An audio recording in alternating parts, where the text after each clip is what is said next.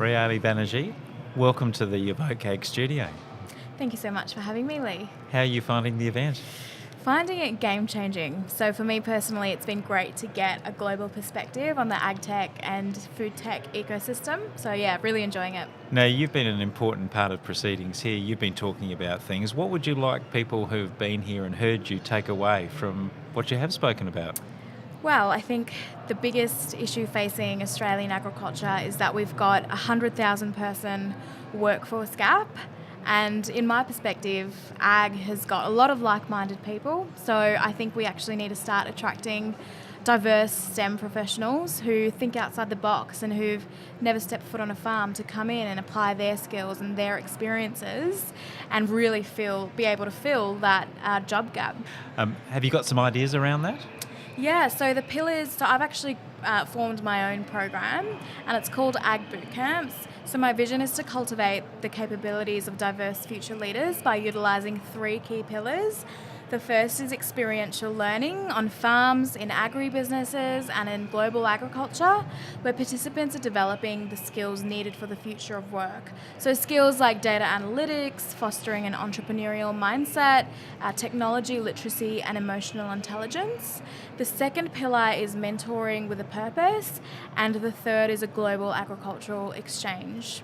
You've really thought about this, haven't you? I sure have.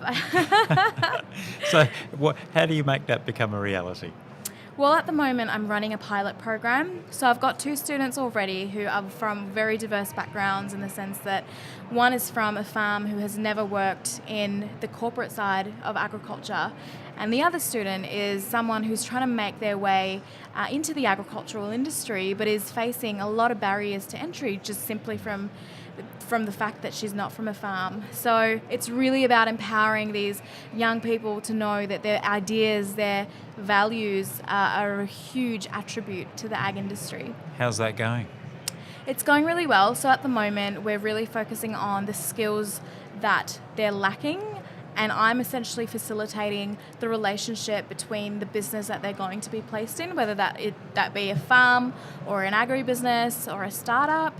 And essentially I'll be facilitating what are the outcomes that they're going to need to achieve by completing certain things while they're on the program.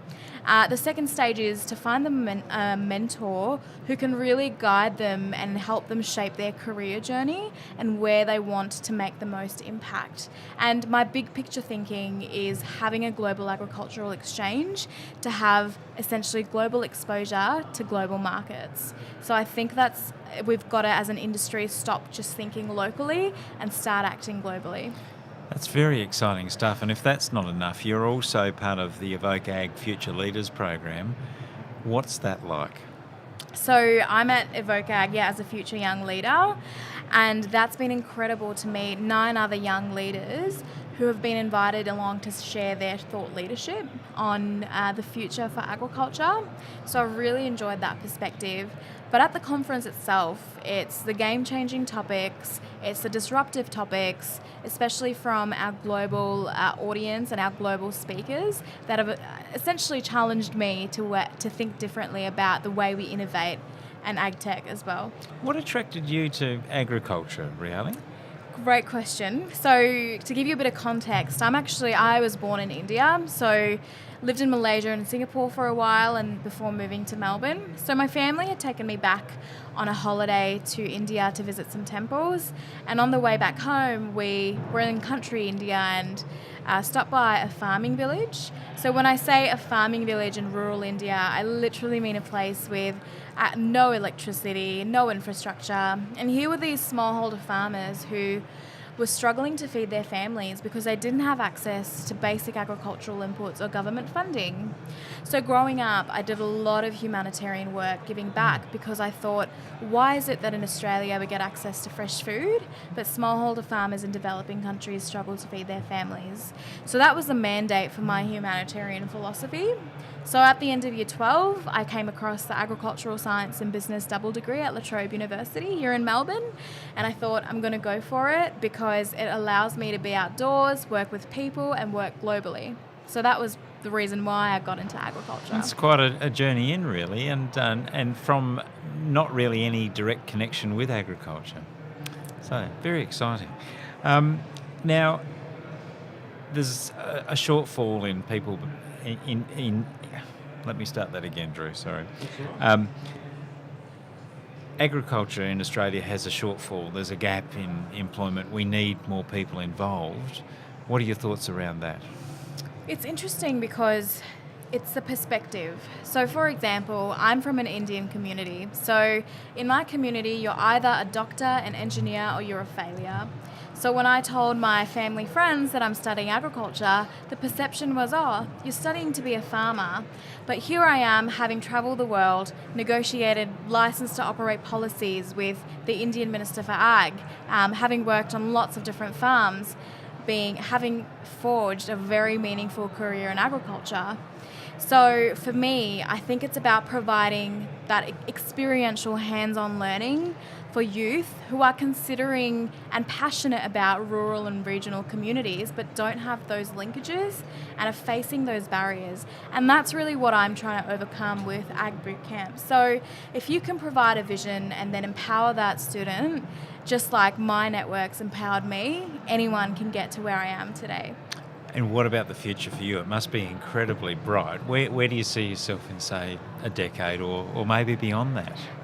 Great question. So I would definitely see myself in a role where I'm leading, whether it be an agribusiness or a farming business or a startup, but really leading it to success in a global market. I am really passionate about my home country, India, and I think that Australia has great potential to overcome cultural barriers, to navigate the complex political landscape, and I'm really passionate about helping Australian agribusinesses build that relationship with India. So definitely something along the lines of that, and in a role where I'm coaching and mentoring others and helping other young people reach their potential. And you finished your presentation with a call to action. Tell us about that. Yeah, so my call to action for farmers, for agribusinesses, for startups was you can host a student in your business and help and empower them to help you solve a business problem. And my other call to action was if you're a social impact investor or if you're interested in my program, come and speak to me because I'm always looking for ways to help elevate these young people. So my other call to action was collaboration because we need to start working in silos and we need to start collaborating cross commodities, cross ecosystems across the world. So I'm really hoping that someone in the audience was inspired to reach out to me and collaborate with me because it's certainly not a one-woman show. Australian agriculture is in good hands. Rayali, Banerjee, thanks for joining us in the evokeAG studio. Thank you very much for having me.